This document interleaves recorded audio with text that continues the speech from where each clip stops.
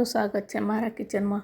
દાળ બાટી તમને ખાવાનું મન હોય ને તમારી પાસે કુકર ના હોય, ઓવન ના હોય કે તંદૂર ના હોય તો આપણે આને એકદમ નવી રીતે દાળ બાટી બનાવીશું અને સાથે ટેસ્ટી દાળ બનાવીશું।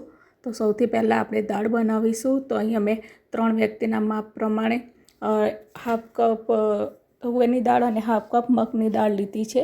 અહીંયા ફોતરાવાળી તમે પણ લઈ શકો છો અને બીજી અડદની અને મસૂરની દાળ પણ તમે લઈ શકો છો। તો એને સારી રીતે 2 વખત ધોઈ અને એને આપણે 2 ગ્લાસ પાણી રેડીશું કુકરમાં અને એની અંદર 1 ચમચી ઘી અને થોડું લાલ મરચું એડ કરીશું કે જેથી આપણો દાળનો ઉપરો ના આવે અને 3 થી 4 વિસલ થવા દઈશું। હવે અહીંયા બાટીનો લોટ બાંધીશું। તો બાટીનો લોટ બાંધવા માટે મેં અહીંયા 2 કપ ઘઉંનો લોટ લીધો છે અને 1 કપ ભાખરીનો જે કરકરો આવે છે એ લીધો છે। જો તમારે ભાખરીનો ના લેવો હોય તો તમે સોજી લઈ શકો છો।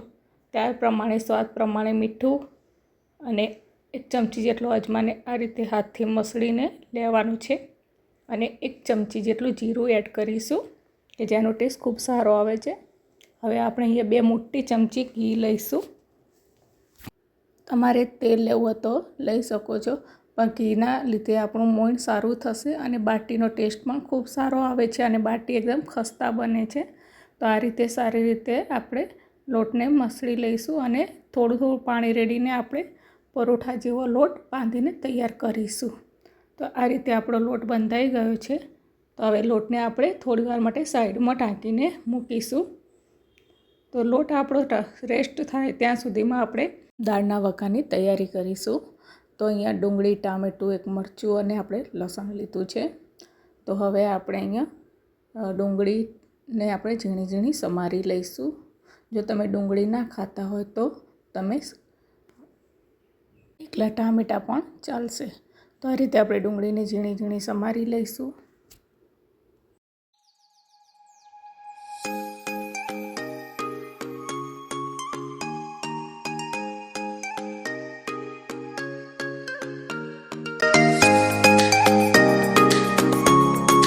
ટામેટાને પણ આપણે આ રીતે ઝીણે ઝીણે કટ કરીને સાઈડમાં રાખીશું। હવે અહીંયા આપણે દાળ બાટી માટે લસણની ચટણી બનાવીશું। તો 7 થી 8 કળી લસણ લીધું છે અને 1 ચમચી જીરું અને થોડું હાફ ટીસ્પૂન જેટલું મીઠું અને 2 ચમચી જેટલું લાલ મરચું લીધું છે અને એને સારી રીતે ખાંડી લેવાનું છે। તો હવે આપણી દાળ બફાઈ ગઈ છે। તો હવે એનો આપણે વઘાર કરીશું।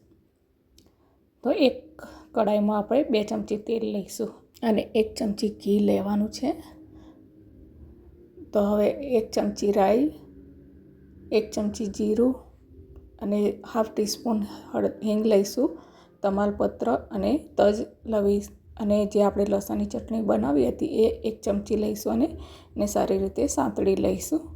અહીંયા સંતળાઈ જાય એટલે આપણે જે ડુંગળી, ટામેટાં, મરચાં અને મીઠા લીમડાના પાન જે સમારીને રાખ્યા હતા એ એડ કરીશું અને 2 મિનિટ થવા દઈશું। થઈ જાય એટલે આપણે એની અંદર દાળ ઉમેરી દઈશું। તો હવે આપણે દાળના મસાલા કરીશું।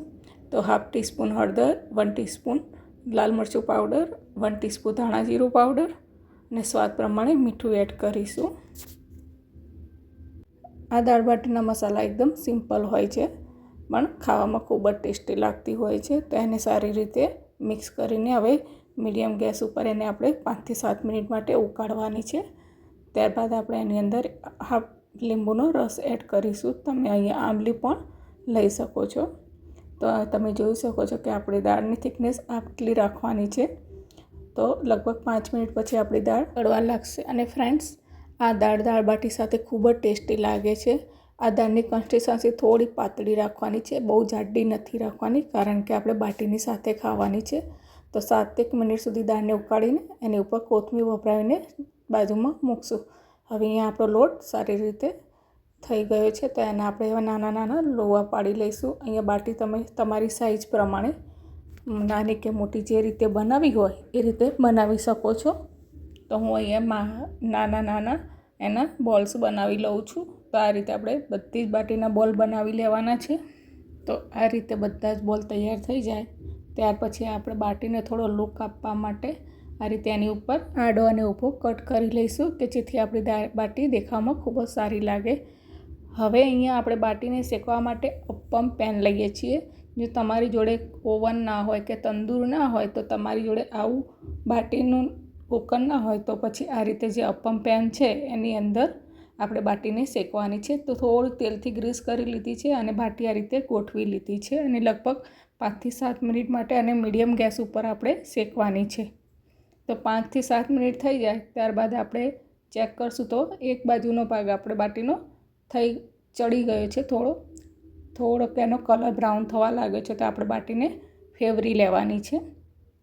તો આ રીતે આપણે બધી બાટી ફેવરીને ફરીથી 5 મિનિટ માટે આપણે બીજી થવા દઈશું અને મીડિયમ ટુ લો ફ્લેમ ઉપર જ આપણે આ કરવાનું છે. બધી બાટી શેકાઈ ગઈ છે. હવે બાટીને આપણે આ રીતે ઘી લઈશું એક બાઉલમાં અને એની અંદર આપણે આ રીતે ડીપ કરી લઈશું. તમે અહીંયા કાપો પાડીને અંદર પણ ઘી એડ કરી શકો છો. તો તૈયાર છે આપણી રાજસ્થાન સ્પેશિયલ ગરમા ગરમ દાળ બાટી. આની સાથે તમે ચૂરમું પણ ખાઈ શકો છો. તો આ રીતે તમે ઘરે દાળ બાટી બનાવશો તો તમને હોટલનો ટેસ્ટ પણ ભૂલી જશો. તો તમને અમારી આ રેસીપી કેવી લાગી એ કોમેન્ટમાં જરૂર કહેજો અને હજુ સુધી ચેનલને સબસ્ક્રાઈબ ના કરી હોય તો જરૂરથી કરજો. મળીશું એક નવા વિડીયો સાથે. બાય.